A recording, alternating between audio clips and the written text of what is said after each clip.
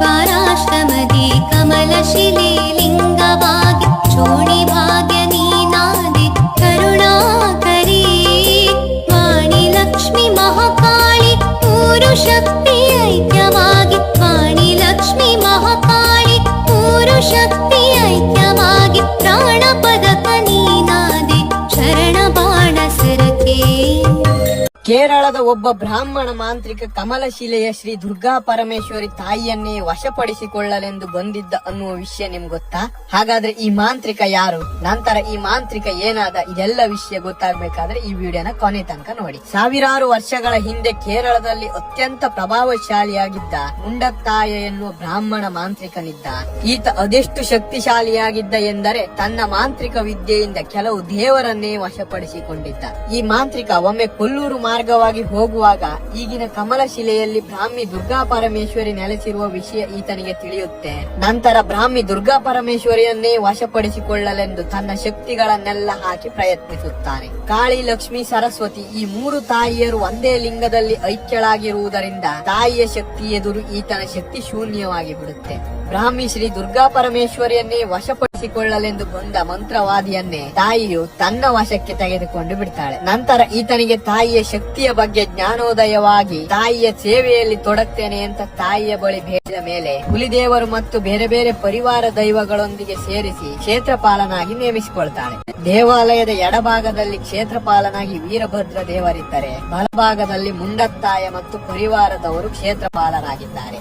ಸುಂದರವಾದ ಪ್ರಕೃತಿಯ ಮಡಿಲಲ್ಲಿ ಆದಿಪರಾಶಕ್ತಿ ದುರ್ಗಾದೇವಿ ಲಿಂಗದ ರೂಪದಲ್ಲಿ ನೆಲೆಯಾದ ಪವಿತ್ರ ಕ್ಷೇತ್ರವೇ ಕಮಲಶಿಲೆ ಬ್ರಾಹ್ಮಿ ದುರ್ಗಾ ಪರಮೇಶ್ವರಿ ದೇವಾಲಯ. ಎತ್ತರದ ಪರ್ವತಗಳು ಮತ್ತು ನಿತ್ಯ ಹರಿದ್ವರ್ಣ ಕಾಡುಗಳಿಂದ ಆವೃತವಾಗಿರುವ ಅದರ ಬದಿಯಲ್ಲಿ ಹರಿಯುವ ಕುಬ್ಜಾ ನದಿಯು ಕಮಲಶಿಲೆಯ ಸುಂದರವಾದ ನೋಟವನ್ನು ಪೂರ್ಣಗೊಳಿಸುತ್ತದೆ. ಕಮಲಶಿಲೆಯು ಅತ್ಯಂತ ಪ್ರಸಿದ್ಧವಾದ ಆಕರ್ಷಣೆ ಎಂದರೆ ಪುರಾತನ ಶ್ರೀ ಬ್ರಾಹ್ಮಿ ದುರ್ಗಾ ಪರಮೇಶ್ವರಿ ದೇವಸ್ಥಾನ. ಈ ದೇವಾಲಯವು ಹಳ್ಳಿಯ ಮಧ್ಯಭಾಗದಲ್ಲಿ ಸಾಮಾನ್ಯವಾಗಿ ಶಿವನನ್ನು ಲಿಂಗದ ರೂಪದಲ್ಲಿ ಪೂಜಿಸಿದರೆ ಇಲ್ಲಿ ಬ್ರಾಹ್ಮಿ ದುರ್ಗಾದೇವಿಯನ್ನು ಲಿಂಗದ ರೂಪದಲ್ಲಿ ಪೂಜಿಸಲಾಗುತ್ತದೆ. ಈ ಲಿಂಗವು ಮಹಾಕಾಳಿ ಮತ್ತು ಮಹಾಲಕ್ಷ್ಮೀ ದೇವಿಯ ಎರಡು ಶಾಶ್ವತ ಶಕ್ತಿಗಳ ಸಂಯೋಜನೆ ಎಂದು ಹೇಳಲಾಗುತ್ತದೆ. ಸಹ್ಯಾದ್ರಿ ಕಾಂಡದ ಸ್ಕಂದ ಪುರಾಣದ ಪ್ರಕಾರ ಪಿಂಗಳ ಎಂಬ ಅಪ್ಸರೆಯು ಕೈಲಾಸ ಪರ್ವತದಲ್ಲಿ ಶಿವ ಮತ್ತು ಪಾರ್ವತಿ ದೇವಿಯ ಆಸ್ಥಾನದಲ್ಲಿ ನರ್ತಕಿಯಾಗಿದ್ದಳು. ಒಂದು ದಿನ ತನ್ನ ಅಹಂಕಾರದಿಂದ ಅವಳು ನೃತ್ಯ ಮಾಡಲು ನಿರಾಕರಿಸಿದಳು. ಇದರಿಂದ ಕೋಪಗೊಂಡ ಪಾರ್ವತಿ ದೇವಿ ಶಾಪವನ್ನು ನೀಡಿದಳು. ಇದರಿಂದ ಅವಳು ತನ್ನ ಸೌಂದರ್ಯವನ್ನು ಕಳೆದುಕೊಂಡಳು ಮತ್ತು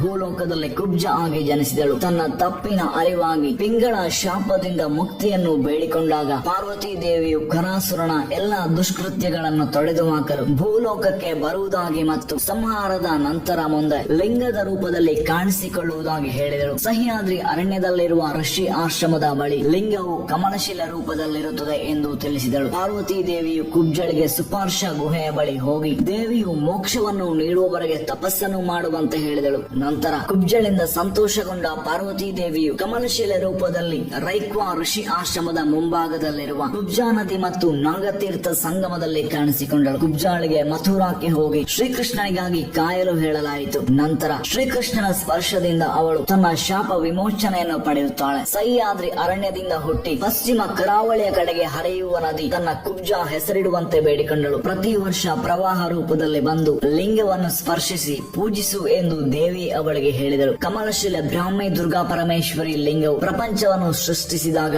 ಅದೇ ಸಮಯದಲ್ಲಿ ಕಾಣಿಸಿಕೊಂಡಿತು ಎಂದು ಹೇಳಲಾಗುತ್ತದೆ. ಆರಂಭದಲ್ಲಿ ಕಮಲಶಿಲೆ ಬ್ರಹ್ಮಲಿಂಗೇಶ್ವರ ಎಂದು ಪೂಜಿಸಲ್ಪಟ್ಟಿತು. ನಂತರ ಜನರು ಸಾಕ್ಷಾತ್ ಬ್ರಾಹ್ಮಿ ದುರ್ಗಾ ಪರಮೇಶ್ವರಿ ಎಂದು ತಿಳಿದುಕೊಂಡರು.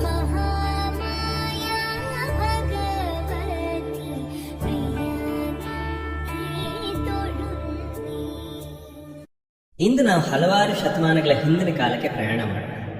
ಆಗಿನ ಕಾಲದಲ್ಲಿ ಈ ಪವಿತ್ರ ಶ್ರೀ ಕಮಲಶಿಲೆ ಬ್ರಹ್ಮಿ ದುರ್ಗಾ ಪರಮೇಶ್ವರಿ ದೇವಾಲಯ ಹೇಗೆ ಉದಯವಾಯಿತು ಎಂಬುದನ್ನು ತಿಳಿದುಕೊಳ್ಳೋಣ.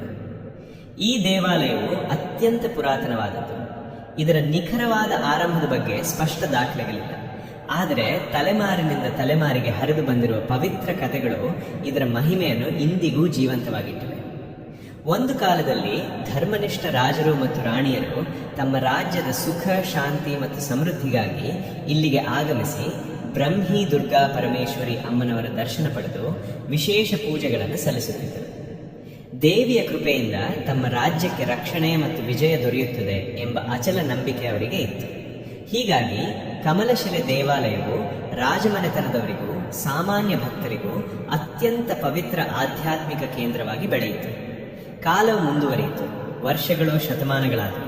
ಅನೇಕ ಋಷಿಗಳು, ಯೋಗಿಗಳು ಮತ್ತು ಭಕ್ತರು ಮನಶಾಂತಿ, ಜ್ಞಾನ ಮತ್ತು ದೇವಿಯ ಆಶೀರ್ವಾದವನ್ನು ಪಡೆಯಲು ಈ ಕ್ಷೇತ್ರಕ್ಕೆ ಆಗಮಿಸುತ್ತಲೇ ಇದ್ದರು. ಇತಿಹಾಸದ ಮತ್ತೊಂದು ವಿಶೇಷ ಸಂಗತಿ ಎಂದರೆ, ಈ ದೇವಾಲಯವು ವಿಜಯನಗರ ಸಾಮ್ರಾಜ್ಯದ ಕಾಲದಲ್ಲಿ ಇನ್ನಷ್ಟು ವೈಭವವನ್ನು ಪಡೆದುಕೊಂಡಿತು. ದಕ್ಷಿಣ ಭಾರತದ ಬಹುಭಾಗವನ್ನು ಆಳಿದ ವಿಜಯನಗರ ಅರಸರು ಧರ್ಮ, ಸಂಸ್ಕೃತಿ ಮತ್ತು ದೇವಾಲಯಗಳ ರಕ್ಷಣೆಗೆ ಅಪಾರ ಪ್ರೋತ್ಸಾಹ ನೀಡಿದರು. ಕಮಲಶಿಲೆ ದೇವಾಲಯಕ್ಕೂ ಅವರು ದಾನ, ಧನ ಸಹಾಯ ಮತ್ತು ವಿವಿಧ ಕಾಣಿಕೆಗಳನ್ನು ನೀಡಿ ದೇವಾಲಯದ ಅಭಿವೃದ್ಧಿಗೆ ಮಹತ್ತರ ಕೊಡುಗೆ ನೀಡಿದರು. ಇದರಿಂದ ದೇವಾಲಯದ ಕೀರ್ತಿ ಇನ್ನಷ್ಟು ದೂರದೂರಿಗೂ ಹರಡಿತು. ಶತಮಾನಗಳ ಕಾಲ ಈ ದೇವಾಲಯವನ್ನು ಹಲವಾರು ಬಾರಿ ಜೀರ್ಣೋದ್ಧಾರ ಮಾಡಲಾಗಿದೆ.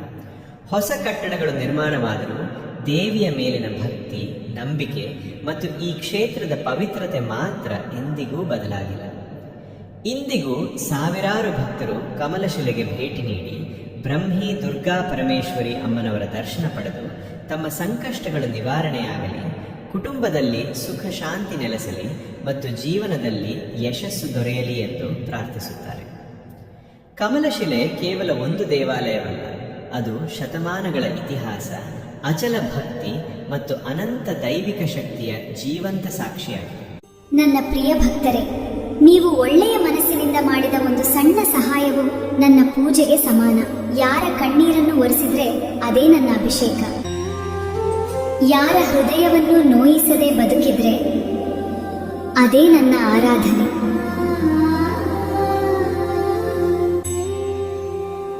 ನನ್ನ ಪ್ರಿಯ ಭಕ್ತರೇ, ಪ್ರೀತಿಯಿಂದ ಬಾಳಿರಿ. ನಾನು ಸದಾ ನಿಮ್ಮೊಂದಿಗಿದ್ದೇನೆ.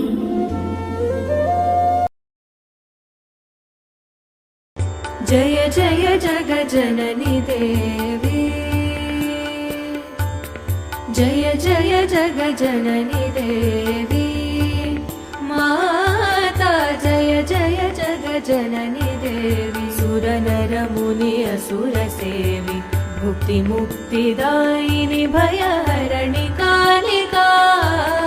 ಮಂಗಲ ಮುದ ಸಿದ್ಧಿ ಸದನಿ ಪರ್ವ ಶರ್ವರೀಶ ವದನಿ, ತಾಪತಿ ಮಿರ ತರುಣ ತರಣಿ ಕಿರಣ ಮಾಲಿಕಾ. ಜಯ ಜಯ ಜಗ ಜನನಿ ದೇವಿ ಮಾ, ಜಯ ಜಯ ಜಗ ಜನನಿ ದೇವಿ. ಜಯ ಮಹೇಶ ಭಾಮಿನಿ ಅನೇಕ ರೂಪ ನಾಮಿನಿ, ಸಮಸ್ತ ಲೋಕ ಸ್ವಾಮಿನಿ ಹಿಮಶೈಲ ಬಾಲಿಕಾ. रघुपति पद परम प्रेम, तुलसी यह चल नेम. देहु वै प्रसन्न पाहि प्रणत बालिका. जय जय जग जननी देवी मा, जय जय जग जननी देवी. जननी देवी, जननी देवी.